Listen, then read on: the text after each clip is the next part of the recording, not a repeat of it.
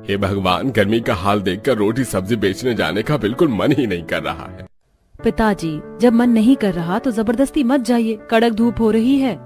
सीता बेटिया, अगर गर्मी का मौसम देखकर घर में बैठ जाऊंगा तो खर्चा कैसे चलेगा? तुम पांचों बहनों का शादी ब्याह भी तो करवाना है। बस तुम सबका संसार बस जाए, फिर रोटी सब्जी बेचना बंद कर दूंगा। इसी के साथ बूढ़ा रामदीन ठेली खींचकर रोटी सब्जी बेचने जाता है। पांचों मिलजुल कर रोटी सब्जी तैयार कर देती थी। छोटी सी सब्जी रोटी के व्यापार में दहेज जोड़ पाने में असमर्थ पिता को पांचों की शादी की चिंता मन में बसी रहती थी। माँ, तुमने आज फिर से खाना बनाने में देर कर दी। थोड़ा तड़के सुबह उठ जाया करो, तुम्हारे चक्कर में रोजाना सेठ की गाली खानी पड़ती है। तभी खिसियाए मिजाज में काशी मनोहर की बात का जवाब देती है। ज्यादा जल्दी है तो पांचों अपनी अपनी लुगाई ले आओ। जिंदगी भर क्या मैं ही रोटी पकाकर खिलाती रहूंगी? उठने के साथ खाना थोड़ी चढ़ा दूंगी। बर्तन मांजने, चूल्हा लीपने के बाद में पकाऊंगी। तभी नाव में बैठकर पंडित जी आते हैं। नमस्कार जी काशी बहन जी। नमस्ते पंडित जी। कहीं बात लगी मेरे लड़कों की? बस जल्दी से मैं अपनी बहू उतार लूं ताकि खाना पीना बनाने के झमेले से छुटकारा मिले।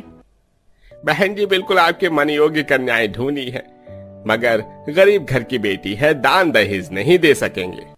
पंडित जी, बहुएं आकर अपना घर संजोलें, बस रोटी पानी बनाकर खिलाएं, मुझे और कुछ भी नहीं चाहिए। कुछ दिनों में काशी रामदीन की पांचों बेटी से शादी करवाकर बहू बनाकर ले आती है। नदी किनारे ससुराल देखकर सब काफी ज्यादा खुश होती हैं। हमारी नदी किनारे वाले ससुराल के पास कितनी ठंडी हवा चल रही है। शुक्र है जो हमारा ससुराल नदी किनारे बसा है, अब हमें गर्मी का कहर तो नहीं झेलना पड़ेगा। बहू, हमारे घर की जमीन नदी किनारे पड़ती है, इसलिए खूब ठंडी ठंडी हवा बयार चलती है, यही एक लाभ है। बाकी सौ नुकसान भी। घर के आगे इतनी जमीन यूं ही पड़ती छोड़ रखी है, खेती बाड़ी भी नहीं लगा सकते क्योंकि लहरें उठती हैं। काशी पांचों बहू का स्वागत करवाती है। अगला दिन शुरू होता है। गौरी नदी किनारे की मिट्टी से चूल्हे की लिपाई करती है। मैंने चूल्हा लीप दिया है, माँ जी से राशन पानी मंगवा कर ले आओ। आज हमारी पहली रसोई है, पकवान छानने में भी समय लगेगा, थोड़ी देर में धूप आ जाएगी। तभी काशी नाव खेवते हुए थैली में थोड़ा राशन और साग सब्जी खरीद कर लाती है। माँ जी, आप इतनी तड़के सवेरे नदी के पार क्यों गई थी? रेवा बहू, आज तुम पांचों की पहली रसोई है ना, तो सामान लेने हाट बाजार गई थी। सीजन की साग सब्जी का भाव तेज हो गया है। गरीब का परिवार क्या कमाएगा खाएगा? इतने अनाज में सब बन जाएगा ना। ऐसा कहते हुए काशी के चेहरे पर गरीबी का भाव झलकते देखकर सीता कहती है, हाँ माँ जी, हम बना लेंगे। पर सीता दीदी, इतने अल्प राशन में पूरी पकवान कैसे बनेगा? माँ जी, डालडा घी कुछ नहीं लाई है। रेवा, सबसे जरूरी मन में संतुष्टि रखना है। इतनी तगड़ी गर्मी में तला भुना पूरी पकवान कोई नहीं खाएगा, कुछ अलग बनाते हैं। सीता दीदी, क्यों ना हम सबको ठंडे पकवान बनाकर खिलाएं, सब खूब मनपसंद से खाएंगे। मगर सरला, हमारे पास इतनी सामग्री मौजूद नहीं है ना, न दही है न आम है, बस सब्जी में पालक लौकी है। इससे भी जुगाड़ लगाकर हम ठंडा खाना बना लेंगे, पालक के पराठे, लौकी का रायता, चूल्हे की रोटी।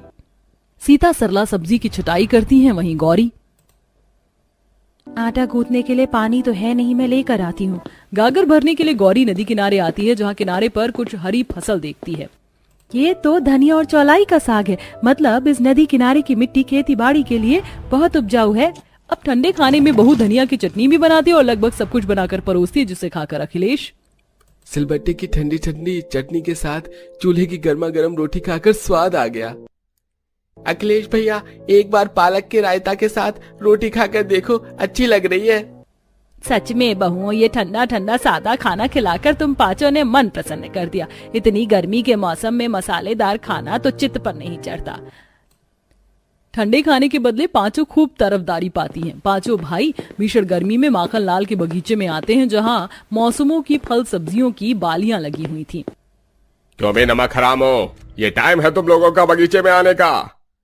सेठ, कल ही तो हमारी शादी हुई है, आपको बताया था आज हमारी पत्नियों की चूल्हा चढ़ाई की रस्म थी, इसलिए देर लग गई। हाँ, तुमसे तो बस मुफ्त की रोटी तुड़वा लो। अखिलेश, मोहन, सारे फलों की बोरी ट्रक में लाद हो और तुम तीनों जाकर पिलपिली सब्जी को खेत में से अलग करो। जी सेठ। माखन लाल स्वभाव से बहुत ही कंजूस मक्खी चूस था। बेचारे पांचों भाई को खाना खाने का वक्त बहुत कम देता है। मनोहर भैया, देखो हमारे सींचे हुए आम के पेड़ दशहरी मालदे आम से लदे पड़े हैं, फिर भी सेठ हमारी दिहाड़ी बढ़ाने को राजी नहीं है। जाने दे प्रकाश, किसी तरह रोटी तो खा पा रहे हैं। इस गर्मी के मौसम में कहीं और काम धंधा भी तो नहीं मिल रहा। घर बैठ जाएंगे तो चूल्हा कैसे जलेगा। बेरोजगारी के चलते ही पांचों भाई बगीचे में काम करने को मजबूर थे। धीरे धीरे गर्मी का तापमान और भी ज्यादा बढ़ जाता है, जिससे दूध के चलते बगीचे की सब्जियां और फल पकने से पहले सड़ जाते हैं, जिससे मालिक सबको नौकरी से निकाल देता है। आप 5 भाई इतनी चिंता क्यों कर रही हैं? कहीं और नौकरी चाकरी देख लीजिए। रीवा, हर जगह काम की मारामारी है। हम 5 तो इतने पढ़े लिखे भी नहीं है कि कोई अच्छी नौकरी कर ले। आजकल केवल खाने पीने का कारोबार ही अच्छा चल रहा है, लेकिन हमारे पास इतने पैसे भी नहीं है कि छोटा मोटा होटल या ढाबा खोल लें। प्रकाश की बात को सोचकर सरिता के दिमाग में जुगाड़ आता है। देखिए, पेट पालने के लिए कुछ तो करना पड़ेगा। इतनी गर्मी के मौसम में ढाबे वाले और होटल वाले मसालेदार खाना खिलाते हैं, क्यों ना हम कुछ अलग ठंडा और सादा खाने का व्यापार खोले। सरिता का विचार सबको पसंद आता है। काशी अपने विश्वास के आधार पर राशन वाले से उधार में राशन ले आती है और 5 जंगल में आती हैं, जहां किसान खेत में पहुंचती हैं। काका, क्या हम 5 आपकी मदद कर दें? हाँ बिल्कुल बेटी, इस तपती गर्मी में अकेले फसल तोड़ने से अच्छा तुम मेरी मदद करवा दो। 5 उस कृषक के साथ कड़ी धूप में सब्जी तोड़ती हैं। बदले में किसान उन्हें खीरे, ककड़ी और पैसे भी देता है, जिससे वो दूध खरीद कर दही जमाती है। वहीं उन 5 के पति जंगल से काफी सारी लकड़ी काट कर लाते और टेबल कुर्सी बनाते हैं।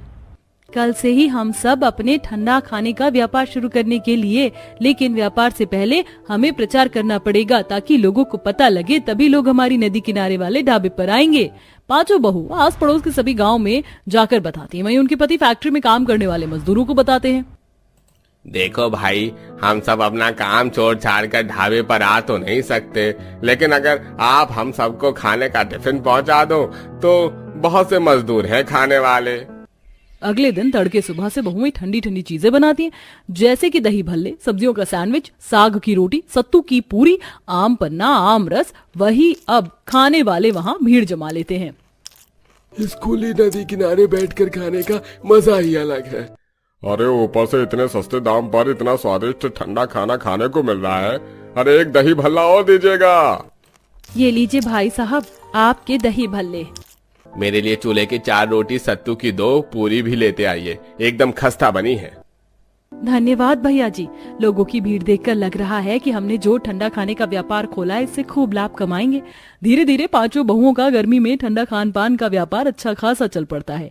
हम 5 सारा दिन इस ठंडे खाने के व्यापार में खाना बनाने के लिए भुट्टे की तरह भुनती है, लेकिन मुनाफा नहीं दिख रहा। रेवा, बचत कहाँ से आएगी? गर्मी में सोने के भाव सब्जी बिक रही है, सब्जियां खरीदने में ही आधे से ज्यादा कमाई चली जाती है। वैसे हमारी नदी के किनारे की दूसरी तरफ की जमीन खाली पड़ी है, क्यों ना हम वहीं पर कुछ सब्जियां उगा लें। हम लोगों के पति तो खेती बाड़ी में कितने निपुण हैं। अब 5 बहुएं और उनके पति लगकर खाली हिस्सों को साफ करके अब वह बीजों की रुपाई करके नदी से पानी पटाते हैं। थोड़े दिनों में फसल फूट जाती है, जिससे उनके सब्जी खरीदने का खर्चा बचता है और धीरे धीरे ठंडे खाने का व्यापार काफी नामी और मशहूर हो जाता है, जिससे कि उनके खराब हालात भी ठीक हो जाते हैं। ये